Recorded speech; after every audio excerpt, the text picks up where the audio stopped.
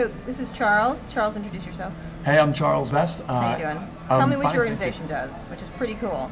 DonorsChoose.org is a website where public school teachers can post classroom projects that need funding, and then individual donors can come to the site and choose the project that they want to fund. So give an example. It could be a classroom library, a field trip to Washington, D.C. I want a field trip to Washington, D.C. It's going to cost me. They figure out how much it's going to cost them. Yeah, that's right. It could be a teacher saying, I want to take my students to Washington, D.C. and it'll cost $1,000, or I want to create a reading corner in my classroom and that'll cost $200. Right. Those are the kinds of projects on our site. And then you guys vet these teachers and make sure these are legitimate teachers. Every teacher proposal is authenticated before it's posted live to the website, and if somebody funds a teacher project, we purchase the materials for the teacher rather than giving them cash. And then you send it to them. That's right, and the teacher sends photographs and student thank you letters and a teacher impact letter to the donor. Right. Oh, interesting. Now, what if some poor teacher doesn't get funded and they sit there on that list for forever? About 60% of the projects on Donors Choose get fully funded. Right. So there are 40% that don't get funded, and projects on the site. It's like a personal's classified. They're not. You know what I mean? Like people don't like them. Yeah, that's exactly right. And I think that the proposal success rate at Donors Choose compares favorably to the auction close rate at eBay. Right. So they have to have a good pitch, I guess. That's exactly right. Right. So they can work on them and make them better and stuff like that. What happens? They it's just an opportunity to get these funding. So it's not like it's too bad they don't all get funded, kind of thing. That's right. I think teachers are sort of pleasantly surprised when their project is funded rather than disappointed when it's not. So and how many are up there right now? There are about 10,000 projects that need funding up on our site right now. Right. And they range in cost from what? They range from a $100 project called Where Did All the Pencils Go? To... oh, you thought that one up?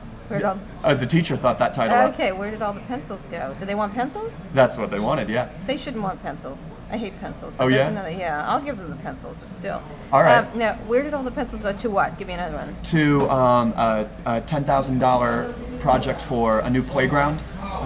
And in between, you'd see a $1,000 field trip or a $2,000 therapeutic horseback riding for disabled students, or a $100 pet hedgehog for the class. Wow. It's a really long tail of projects on our site. Long tail. Charles, you're totally Silicon Valley. I like that. We're trying. I'm still, my only background is as a social studies teacher, but we're learning. Right. So in terms of this idea of using the net for this kind of stuff, why is this effective from your perspective?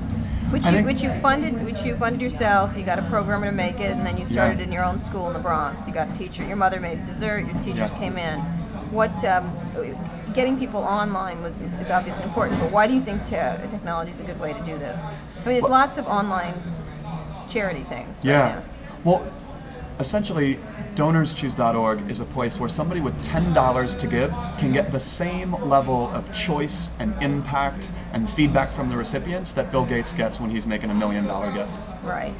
And so that the idea is that you use these technologies. They're just a facilitator rather than anything else. That this is a way to match, essentially. Yeah. The way classifieds do, or if you're getting married. That's exactly right. Donors Choose is only possible because of the internet. The interactions between teacher and donor need to happen in real time. Right. And so we're sort of the web. Do people on the internet ask for internet technologies? There are a lot of projects on our website for computers, digital cameras, software programs. What's the biggest thing? The biggest was a South Bronx teacher who couldn't take her students out to play during recess because the playground was in such disrepair. Right. She went to Donors Choose and submitted a $20,000 playground project, which we never thought would be funded, and it was 3 weeks after it was posted. Wow! And then what's the most prevalent thing people ask for?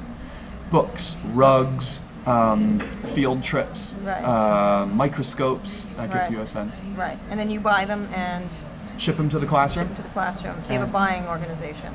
Yeah, well, actually, we're about to start using Ariba's e-procurement system. So what Fortune 500 companies are using to streamline their purchasing, we are using as well to automate the verification and purchasing of classroom materials. Charles, you're the Bill Gates of this, I think. Hardly, but we're trying.